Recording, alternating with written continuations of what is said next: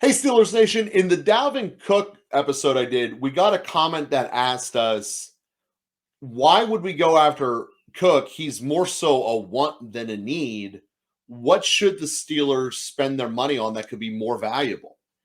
And when we look at the roster overall right now, a lot of the major needs, including running back, quite frankly, are taken care of. And our frontline talent of this team across the board has a backup of real NFL quality at virtually every single position.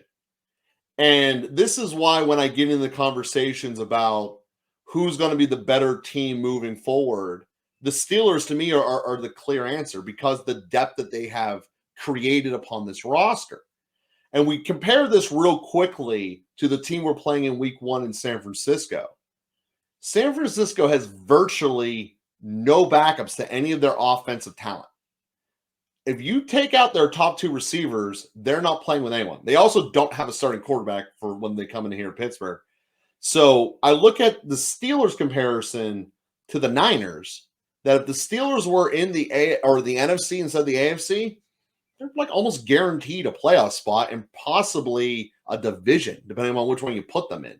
Because we know this NFL, people get hurt. So the question then becomes, who should we use our resources on if we're at the point, if all the needs are taken care of, where are the wants? Well, Dalvin Cook getting a great third running back in here is a want. And probably great is a strong word for Warren. Warren is a good story, but he didn't really put up greatness when it was all said and done. I love Cook in that situation. But assuming that you want to go for who is the biggest position group on this team that needs an infusion of free agency, I still believe with the mindset, if Neal is going to be a middle linebacker, which is what he was at his last 2 stops, Keanu Neal, we need a safety to be the third in the triangle of KZ and with Minka. So when I look around the free agents that are available, I believe that John Johnson is the best bet for that. Again, safeties are generally a very inexpensive position to pick up. So there's not really a cap concern when we talk about that. And more so, it gives you depth in someone to push KZ. Because as we look, KZ was signed 2 years ago here and got hurt, so didn't really have that camp battle with Edmonds for field time. And then it never really quite lined up where both of them were battling during the season in an exorbitant way or even in a prolonged way. So I wouldn't mind bringing in wouldn't mind bringing in Johnson to bring in additional depth to that safety position and overall coverage ability, because I like virtually every position group on this roster with the exception of middle linebacker if you're not counting Neal as a middle linebacker. If you're counting Neal as the coverage middle linebacker, I think it's a fine room. It's certainly NFL capable and probably division winning capable. But if we're set upon having Neal being as a safety and therefore someone that the Steelers would not consider because Johnson would take Neal's position in their minds, I think the middle linebacker is a spot you have to hit. Either way, the answer I have is middle of the field coverage person. And it is better that the NFL has shown to have a safety type do that than a linebacker. Again, we lived through Bush. That's not the direction of success in the NFL. The direction of success really does come down to getting the talent that can cover and not be out of position, which is the biggest problem. It's why I was so against Isaiah Simmons in all those episodes, because Simmons, athletic freak, just can't cover anyone. Aside from that, what do you do for me?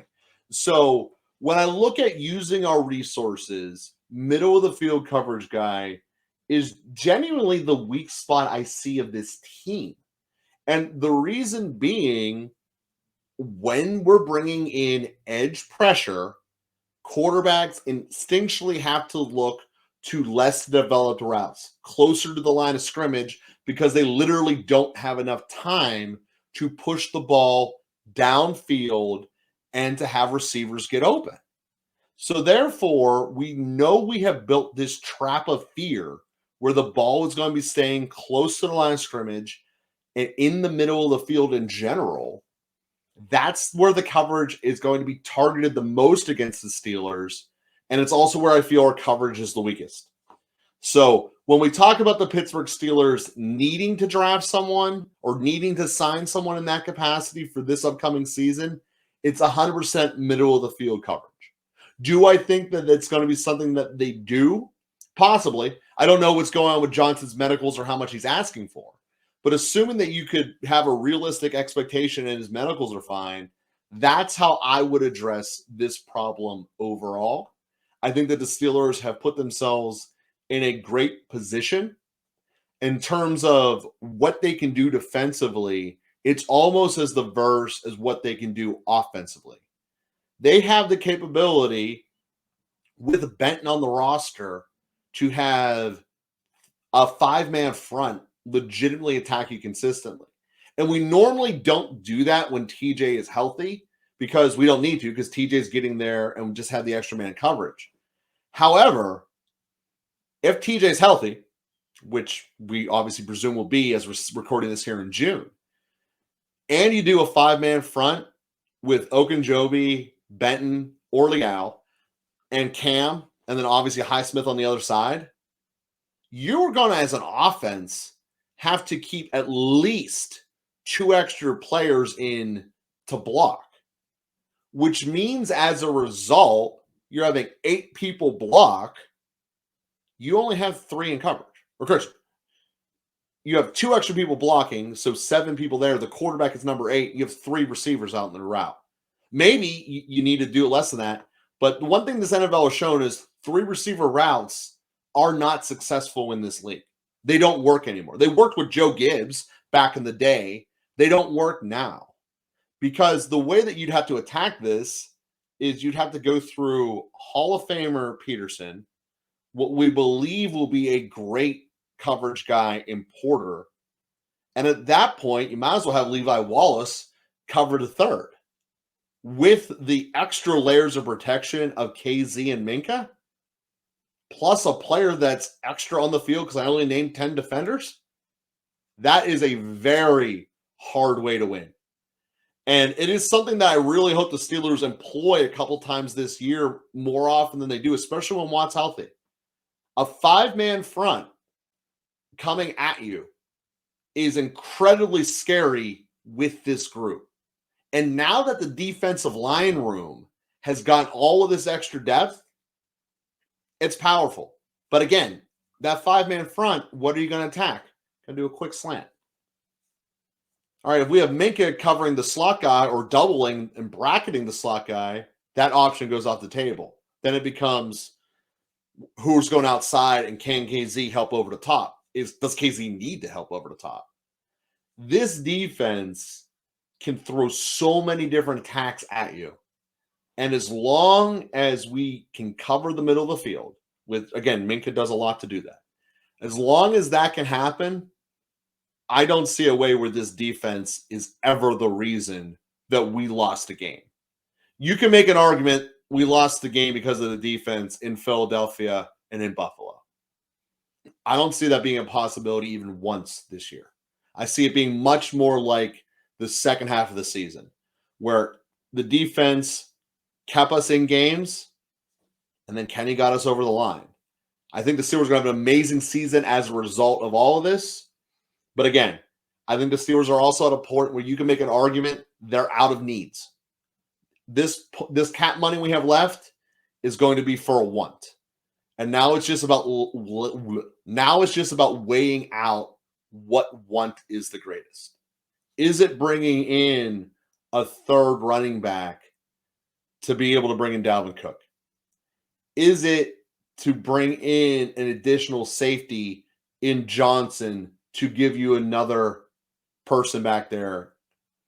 Is it to save the money for next year to be able to say, hey, all these 2-year contracts we did to rebuild our offensive line, let's build them longer. Let's get some people here for a long time. All of those are viable options. And looking in the direction of the Steelers will tell us a lot. But you can't fault any of those 3 directions because all of them benefit the long-term duration of this team. And I believe the short term right now is good enough to win this division. And as I've said many times, I thoroughly believe the winner of the AFC North, almost by default, will be the number 1 seed in the AFC, given the fact that the East and the West play each other. And there is no way someone from the South is going to have a better record than either us or the Bengals. So when I look at this overall, the Steelers are incredibly primed to make a run. They don't have any more needs, and they are in a spot where we could get a bye. 2 years ago, that would have been crazy talk. And we sit here this year, and it's a realistic possibility.